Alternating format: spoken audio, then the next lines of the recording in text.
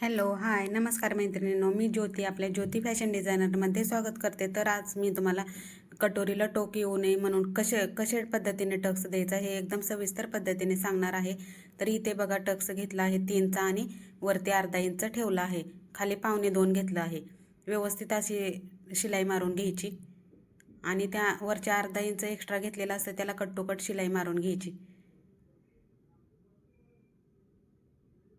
ही 10.5ची कटोरी आहे, हिला आपण 1.25 3.5चा टक्स घेतलेला आहे. कटोरीला बिलकुल टोक दिसत नाही. दुसऱ्या कटोरीला पण इथं व्यवस्थित अशी शिलाई मारून घ्यायची. एक्स्ट्रा जो कपडा राहिलेला असतो तिथंच फोल्ड करून शिलाई मारायची. जे टोचणारे ब्लाऊज असतात ते कटिंग केल्यानंतर खूप तिथं टोचलं जातं, म्हणून फोल्ड करून शिलाई मारायची, कटिंग करायचं नाही. उंच टक्स घेतल्याने अगदी व्यवस्थित असे दिसतात. व्यवस्थित कटोरी लावून घ्यायची. इथं बघा, साईड पीसला कटोरी एक्स्ट्रा दिसते, पण आपण शिलाई मारताना ही व्यवस्थित धरून घ्यायची. नॉर्मल असा साईड पीस घट्ट पकडायचा आणि कटोरी लावून घ्यायची. एकदा कटोरी नाही बसली तर खोलून डबल लावायची. ते त्याच मापाचे असते, त्याच्यामुळे ती व्यवस्थित बसली जाते. बघा किती व्यवस्थित आलेला आहे. इथं टक्स मारताना थोडा नॉर्मल कर्व शेप घ्यायचा. छोट्या कटोरीला आपण 1.5चा आणि 2.5चा टक्स घेतो, जसं की 9ची 9.5च्या कटोरीला 1.5चा 2.5चा घ्यायचा. पण मोठ्या कटोरी असल्या तर टक्स हा उंचच घ्यायचा. 1.5चा आणि 2.5चा टक्स घेतला की मोठ्या कटोऱ्यांना टोक दिसतं, त्याच्यामुळं उंच टक्स घ्यायचे. ही आता 10.5ची कटोरी आहे, तर हिला आपण खाली 1.25 आणि वरती 3.5चा टक्स घेतला आहे. ब्लाऊज घातल्यानंतर एकदम व्यवस्थित असा बसतो. टक्स उंच घेतल्याने टोक अजिबात दिसत नाही. 3पर्यंत एकदम व्यवस्थित असं येतं. इथं बघा, आता 2 पीसची कटोरी मी तयार केलेली आहे, तरी पण एक्स्ट्रा खाली दिसतं आहे, पण ते बरोबर व्यवस्थित लावून घ्यायचं. लागलं जातं ते. एकदा नाही लागलं तर खोलून डबल लावायचं, पण व्यवस्थित एकदम बसतं ते. कटोरीला पण तसंच करायचं. कटोरीचा पण इथं मी एक करून दाखवलं आहे तुम्हाला. कटोरीचं पण सेम, कटोरी पण व्यवस्थित लावायची. साईड पीसला ती पुरली जाते. साईड पीसचं पण सेम करायचं. साईड पीसला पण किती गोल आलेले आहे. साईड पीस पण कटिंग करायचं नाही आहे. व्यवस्थित असं धरायचं आणि ब्रेसरपट्टी लावून घ्यायची. घातल्यानंतर ब्लाऊज एकदम व्यवस्थित बसतो. मागच्या लांबीनुसार साईड पीस घेतो. ब्रेसरपट्टी आपली 3-4ची असते, घडीनुसार कमी जास्त होते ती. एकदम व्यवस्थित असा ब्लाऊज फिनिशिंगनं दिसतो आहे. तुम्ही पण माझ्या पद्धतीने शिवत राहा, एकदम व्यवस्थित येईल. जर तुम्हाला कटोऱ्यांची पेपर कटिंग हवी असेल तरी पण मला कमेंट करून नक्की सांगा. मी तुम्हाला व्हॉट्सअप नंबर देतेच आहे, स्क्रीनवर बघा तो. मला नक्की मेसेज करा. आपल्याला कटोऱ्यांचे नंबर हे आहे ते दिसत आहेत बघा. 10.5ची कटोरी, 11, 11.5. हे आपल्याला डायरेक्ट कपड्यावर ठेवायचं आणि कटिंग करायची. पेपरवर टाकून माप थोडं तरी एक लाईन तरी मिस झाली तरी आपली कटोरी गोल अशी येणार नाही. त्याच्यामुळं कटोरी काढताना पेपरवर तर कटोरी काढायची असली तरी एकदम व्यवस्थित असं कट टू कट माप घ्यायचं असतं.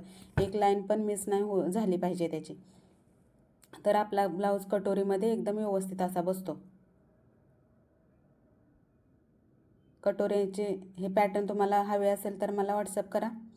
मी तुम्हाला कुरिअरनं 2 दिवसात पोचवते. कुरिअरनं आपल्याला 2-3 दिवसच लागतात.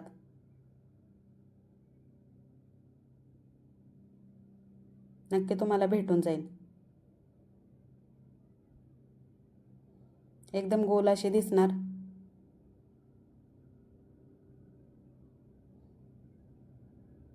ह्याला काहीच करायची गरज नाही. टक्स वगैरे सगळं दिलेलं आहे, त्याच्यामुळं फक्त ठेवायचे आणि आपण जेवढा टक्स तिथं दिलेला आहे कटोरीवर तेवढा टक्स घ्यायचा. जर आपल्याला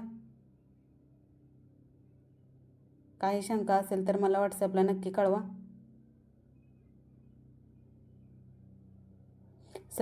सरळ आपण कधीच कपड्यावर कटोरी ठेवायची नाही. कटोरी नेहमी क्रॉस ठेवायची. मी तुम्हाला मागच्या व्हिडिओमध्ये पण सांगितले आहे कटोरी कशी ठेवायची. नक्की पूर्ण व्हिडिओ बघत जा. कटोरी ठेवायची आणि आखून घ्यायचं. व्यवस्थित असं कट टू कट आखून घ्यायचं, एक्स्ट्रा मार्जिन करायचे नाही याला. टक्स जिथं आहे तिथं पॉईंट द्यायचे.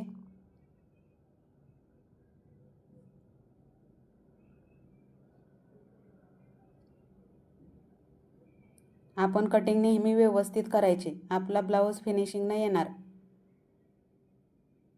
कटिंग करताना कधीच घाई करायची नाही, व्यवस्थित असं कटिंग करायचं.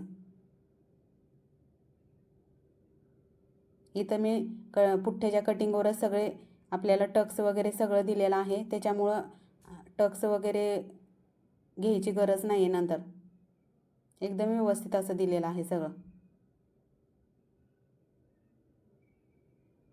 कटोरी किती नंबरची आपल्या ब्लाऊजची ओळखायची ह्याचा मी व्हिडिओ पुढे तुम्हाला पाठवते.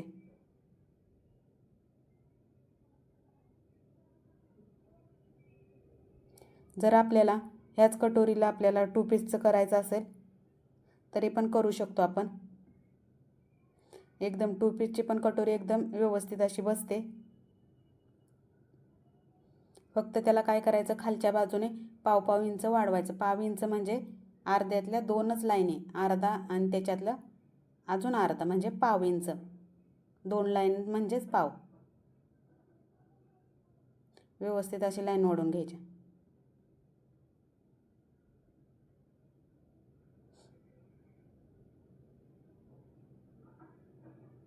बटनपट्टीच्या साईडून 2.25 आणि आपण जी कटोरी लावतो तिथून 3.25 आणि जिथं ड्रॉ केलं आहे तिथं आपली शिलाई येणार आहे.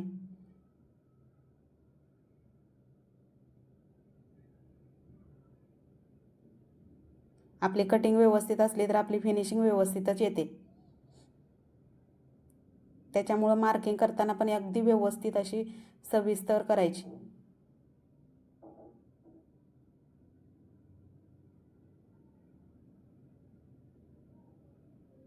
लावायची बाजू व्यवस्थित बघून घ्यायचं कटोरी.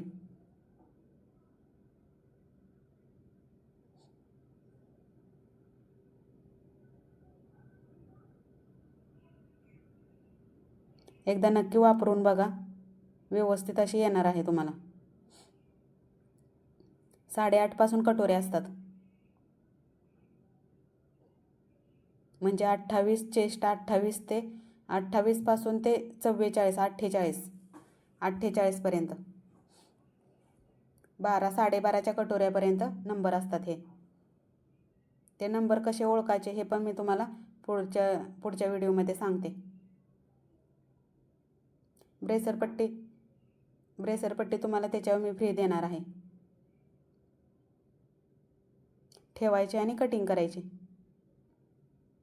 चेस्ट साईज बघायची कुठली आहे आणि ठेवायची आणि कटिंग करायची. शेप एकदम व्यवस्थित असा येणार आहे.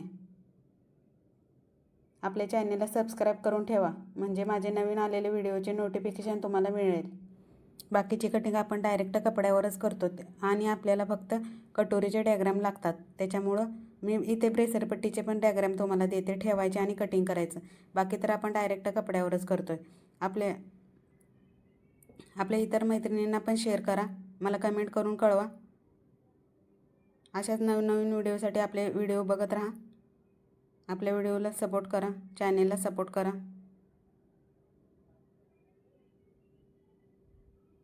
एकदम व्यवस्थित असे तुमची कटोरीची शेप बसणार आहे. चला नवीन एका व्हिडिओमध्ये नंतर भेटूया. चला बाय बाय.